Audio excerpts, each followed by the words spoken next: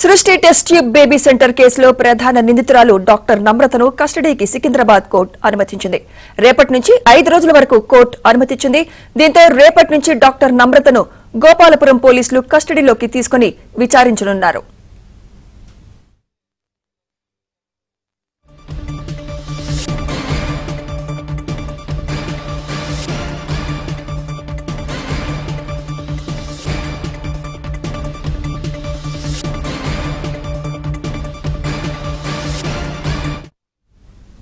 ఇదే అంశంపై మరింత సమాచారం మా ప్రతినిధి మణికంఠ అందిస్తారు. మణికంఠ, రెండు తెలుగు రాష్ట్రాల్లో సంచలనం సృష్టించిన సృష్టి హాస్పిటల్ వ్యవహారంలో పోలీసులు నిందితుల్ని కస్టడీకి ఇవ్వాలంటూ కోర్టులో పిటిషన్ దాఖలు చేశారు. ఈ మేరకు సికింద్రాబాద్ కోర్టు 5 రోజుల పాటు A1 నిందితురాలుగా ఉన్న నమ్రతను కస్టడీకి ఇస్తూ కూడా ఆదేశాలు జారీ చేసింది. రేపు అనగా ఆగస్టు 1 నుంచి ఆగస్టు 5 వరకు అంటే 5 రోజుల పాటు కస్టడీకి ఇస్తూ నోటీసులు అయితే జారీ చేసింది. ఈ మేరకు గోపాలపురం పోలీసులు ఆమెను రేపు కస్టడీలోకి తీసుకుని ఆమె నుంచి మరింత సమాచారాన్ని రాబట్టే అవకాశం ఉంది.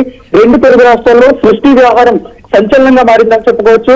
ఈ కేసులో A1 నిందితురాలుగా ఉన్న నమ్రతతో పాటు మరోవైపు A2 నిందితుడిగా ఉన్న నమ్రత యొక్క కుమారుడు కృష్ణను అలాగే A6 నిందితురాలను కూడా వీళ్ళను కూడా కస్టడీకి ఇవ్వాలంటూ కూడా ఇప్పటికే పోలీసులు అయితే సికింద్రాబాద్ కోర్టులో వాదనలు జరుగుతున్నాయి. ప్రస్తుతం వీరిని కూడా కస్టడీకి ఇచ్చే అవకాశం ఉంది.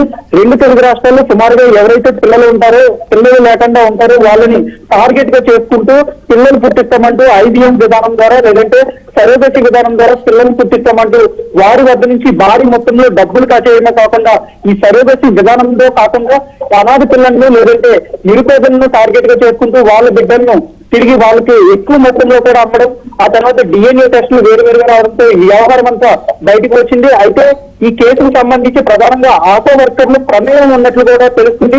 ఇంటింటికి ఆశా వర్కర్లు వెళ్ళి ఎప్పుడైనా సర్వే చేయాల్సి ఉంటుంది, ఎవరు గర్భవతులుగా ఉన్నారు, చిన్నపిల్లలు ఎంతమంది ఉన్నారని కూడా. సో ఈ నమ్రత ముఠా అంతా కూడా ఆశా వర్కర్లను వాళ్ళతో పరిచయాలు పెంచుకుని ఏ ఇంటి వద్ద నిరుపేదలు ఉన్నారు, ఎవరెవరు ఆ నిరుపేదల్లో చిన్నపిల్లలు ఎవరున్నారు, అలాగే గర్భవతులు ఎవరున్నారని కూడా లిస్ట్ ని వీళ్ళు ప్రాపర్ గా రెడీ చేసుకున్న తర్వాత వాళ్ళకి కొంత డబ్బులు ఇవ్వడం, ఆ డబ్బులు తీసుకున్న తర్వాత ఈ బాబుల్ని కూడా తీసుకుని ఎవరైతే తమ వద్దకు ట్రీట్మెంట్ వస్తున్నారో సరోగసి విధానం ద్వారా పుట్టారంటూ కూడా ఆ బాబులను అప్పగించడంతో ఆ పిల్లల్ని అప్పగించడంతో ఈ వ్యవహారం అంతా కూడా దీని వెనక అతిపెద్ద రాకెట్ ఉన్నట్లుగా కూడా తెలుస్తుంది. మరోవైపు ఈ సృష్టి హాస్పిటల్ తో పాటు నగరంలో ఉన్న ఇతర హాస్పిటల్ కూడా ఒకే విధానం ద్వారా ఈ గ్యాంగ్ అంతా కూడా ఒక ముఠాగా ఏర్పడి ఈ పిల్లల్ని విక్రయిస్తున్నట్లుగా కూడా తెలుస్తుంది.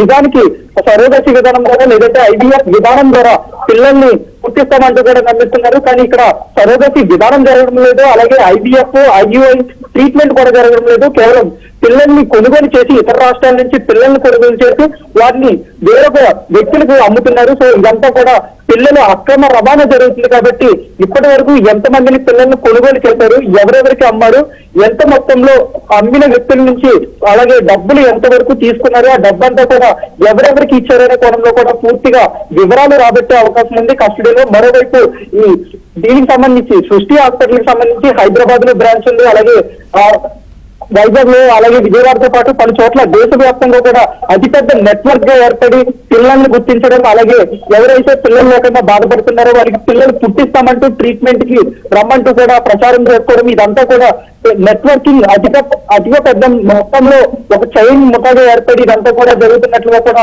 పోలీసులు అయితే అనుమానిస్తున్నారు. ప్రతి ఒక్కరి నుంచి ఎవరైతే పిల్లలు పుట్టడం లేదని ఎవరైతే సృష్టి హాస్పిటల్ ఆశ్రయించారో వారి వద్ద నుంచి సుమారుగా 30 లక్షల నుంచి 50 లక్షల వరకు తీసుకున్నారు. ప్రతి ఒక్కరి దగ్గర నుంచి ఇప్పటి వరకు ఎంతమంది వద్ద నుంచి డబ్బులు తీసుకుని పిల్లల్ని ఇచ్చారు, సరోగసి విధానం ద్వారా ఈ మొత్తం ఈ భారీ పతనానికి పాల్పడ్డారనే వివరాలన్నీ కూడా పోలీసులు కస్టడీలో రాబట్టే అవకాశం ఉన్నట్లు తెలుస్తుంది. రైట్.